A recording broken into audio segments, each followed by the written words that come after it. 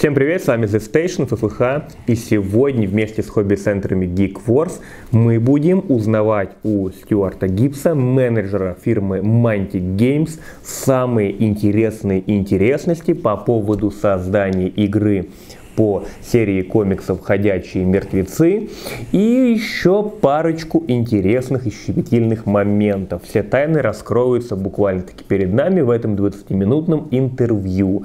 Ну что же, не будем тянуть никого ни за что и сразу же приступим к просмотру. Really great to see you, because as you know, The Walking Dead miniatures game is becoming more and more popular in Russia. Great. And the fan base grows really day by day, and everyone's very excited about this game. So, our community is really curious about some background of this game.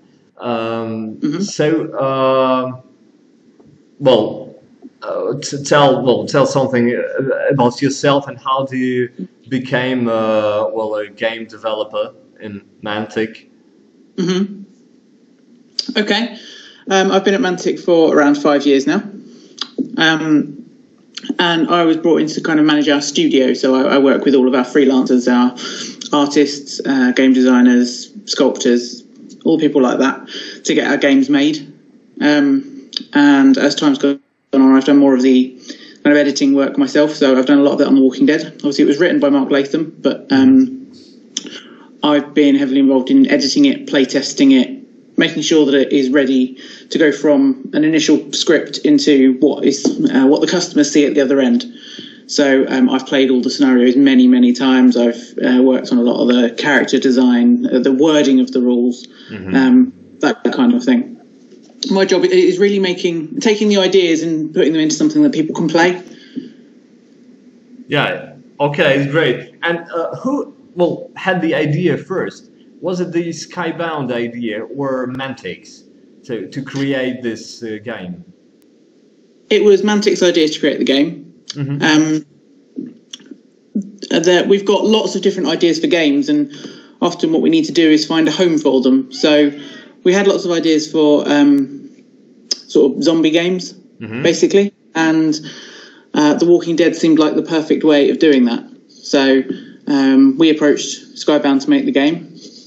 We approached Skybound to make the game, showed them what we could do. We'd previously done our Mars Attacks license, so we could show them that and show what we could do with the license, explain what we wanted to do, and they went ahead with it.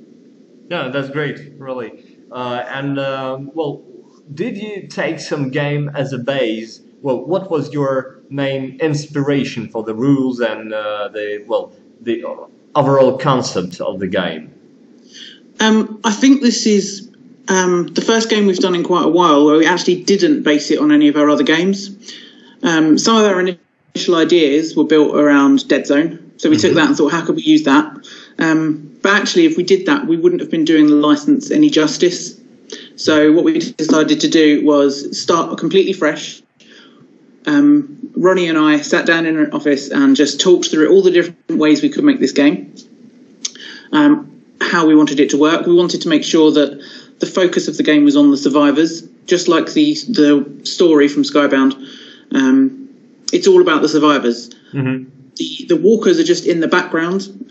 They are there to help the story along, but they're not what the story's about. So the walkers had to be controlled by the game, and the players had to take control of the survivors, and it had to be about a struggle to get resources and stay alive. We talked about how we could make the walkers work on their own. We talked about how we could have a dice system that would be really accessible to brand new players, so they didn't need to learn about modifiers and all that kind of thing. It's all as simple as possible, so we made custom dice for the game. We put a long list of ideas together, gave them to Mark Latham, and he came back with a first version of the game, and then we've just developed it from there.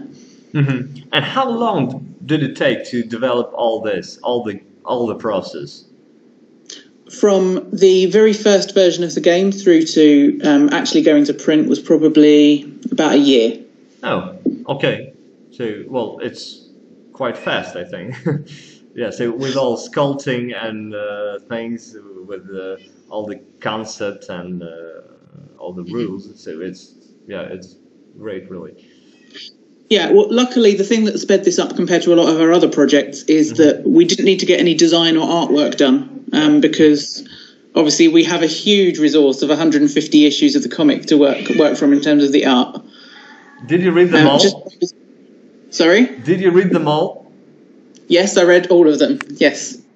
Yes, I was already aware of the comic beforehand, but yeah, I bought the big compendiums and I've read all of the issues, so make sure I was completely familiar with everything and could make sure that each character felt right. That's great, really. And, could you tell maybe some sneak peeks of the rules for the next add-ons? Because here we have only Wave 1 and Wave 2. Wave 2 arrives early July.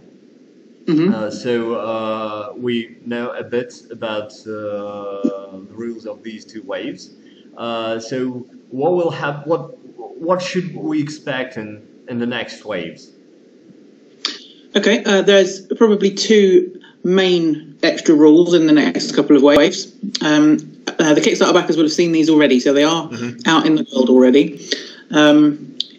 Next expansion coming out in, I think, September is Safety Behind Bars. It's based on the part of the story where the characters reach the prison. So the gaming map that you get in Safety Behind Bars has got the interior of the prison. It's got all the rooms. Great. And a lot of that will be about fighting indoors and what makes it different fighting in the buildings rather than outside. You'll also find when we get to Safety Behind Bars that the walkers attacking the fence outside the prison, the fences can fall down. So you can't rely on the scenery as much as you can in the earlier missions because it will collapse if too many walkers get there. Yeah. As the story progresses, there will also be a lot more of the two-player battles. So in Miles Behind Us, for example, all of the scenarios are single-player or co-op. There is no group of survivors. It's just one group versus the walkers. When you get to the prison, Rick's group meet the prisoners, so they'll have them to fight against. And then when they leave the prison and start exploring, they will also come across Woodbury, and that's when we get to the fourth expansion, which is Made to Suffer, and that's where I think all of the missions in that are all two-player. So you've got Rick's group on one side and the Governor on the other side. The battles will start getting bigger as well, so you'll start having 500-point games rather than 200-point games. That's quite big. Will there be a tank? There is, yes. In the Made to Suffer expansion, there is a cardboard tank that you can use, and obviously we can make a 3D version of that as well. Okay. And you can actually use that in some of the scenarios where they come to attack the prison. There are rules for firing the cannon on the tank to knock the fences down or try and blow Rick up. So that's good fun. In the Woodbury expansion, obviously Rick also goes into the town where the Governor is. So because of that, we've got a map that's got some buildings on it. And again, there's the rules for fighting in those buildings, going in and out of them. And there's also rules for fighting at night. The main other thing coming in the Made to Suffer expansion is we've got a new kind of generic scenario that's for everyone to play. It's not specific to Woodbury. It's for games of 300 to 1,000 points, so big games. And it's not all about getting the supplies anymore. The supplies are still important, but there's more to it than that. There's a deck of objective cards. So it'll be things where you've got to try and assassinate your opponent's leader, or you've got to have the most resources at the end of the game, or you've got to try and break through their lines and get off the other side of the board. There's all sorts of things like that you've got to do. So it gives a lot more variety in the scenarios. That's amazing, really, because we started to make organized play, and we found out that only one scenario for a tournament it's not enough. Yeah, so we are really waiting for the new ways to play, and it'll be really great. Do you plan to make some I don't know, scenario contests for the players? How do you mean? Well, the scenario contest. So you ask people to write their own scenarios, and then you pick up the best one and you publish it. Well, do you plan such activities?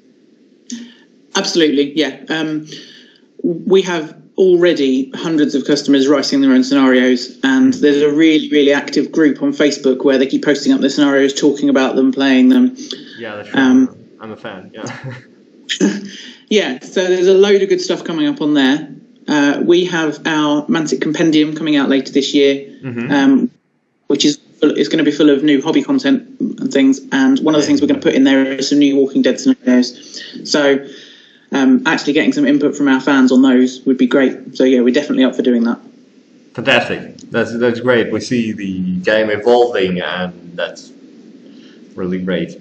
And do you have your own survivors group? To be honest, I tend to stick with the storyline when I play games. So I don't tend to go in for a tournament list where I'll pick all the best ones from everywhere. So most of the games I play, I tend to use Rick and Carl. I have to get Carl killed every time, of course. But yeah, I'll use Rick and Carl and Morgan. And yeah, I try and play it along with the story. I prefer to do it that way.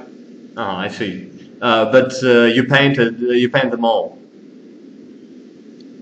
Yes. Yeah. Yeah. Amazing. Okay. And maybe could you tell about some other plans of evolving the game? Of how do you make it better in the future add-ons, or what kind of secret projects maybe you have? Yep, we've got quite a lot of ideas coming up. I think organised play is going to be a big part of keeping this game going. So we've got one organised play kit out already, and we're planning to do more of those. And we'll expand we'll add the extra scenarios into those as they come, make the tournaments a bit more varied. And then we'll make sure we've got some really great prizes in those as well. And we'll get those out to the players in the stores. So yeah, organised play is going to be a big part of it. But obviously we also have a lot of the story to get through. So all of the stuff that's been seen so far is up to where the characters leave the prison. So that's issue 48 of the comics.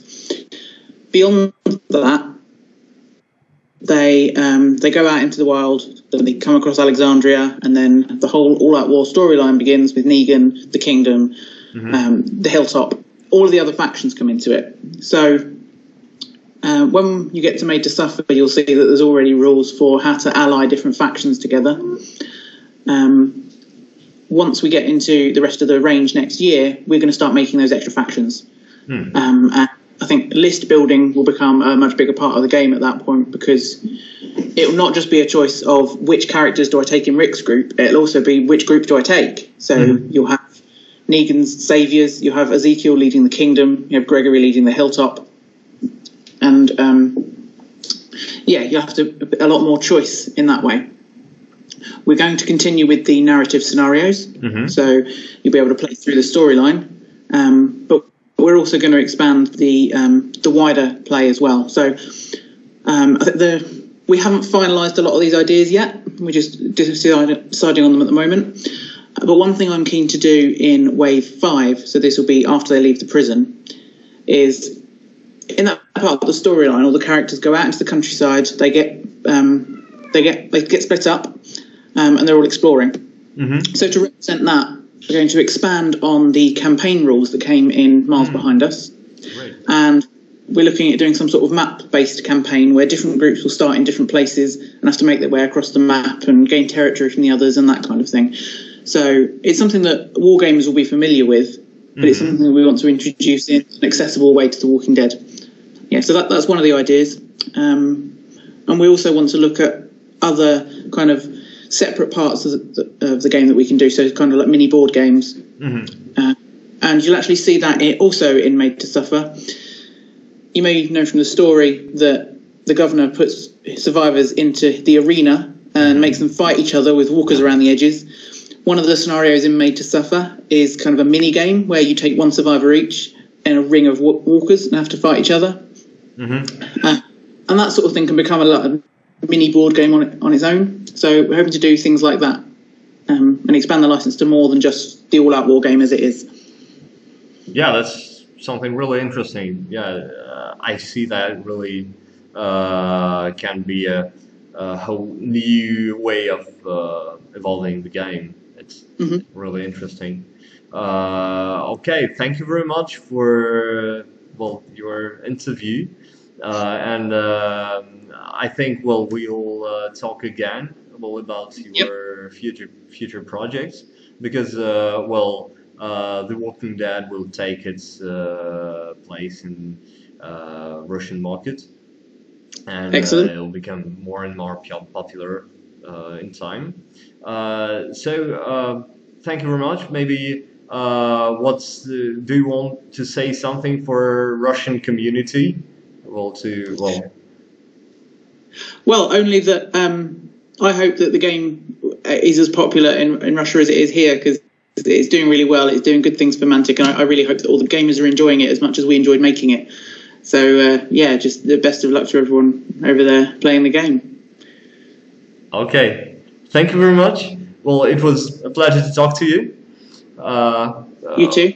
Yeah, I think so we'll see you in the next interview. I don't know when, but we'll definitely do it. Great. Thanks, Paul. Okay, thank you very much. Палец сломал, хруст был. На отключке, наверное, слышно было. Ай, мои пальчики. Всем привет, с вами The Station, FFH проект и спит... Нет.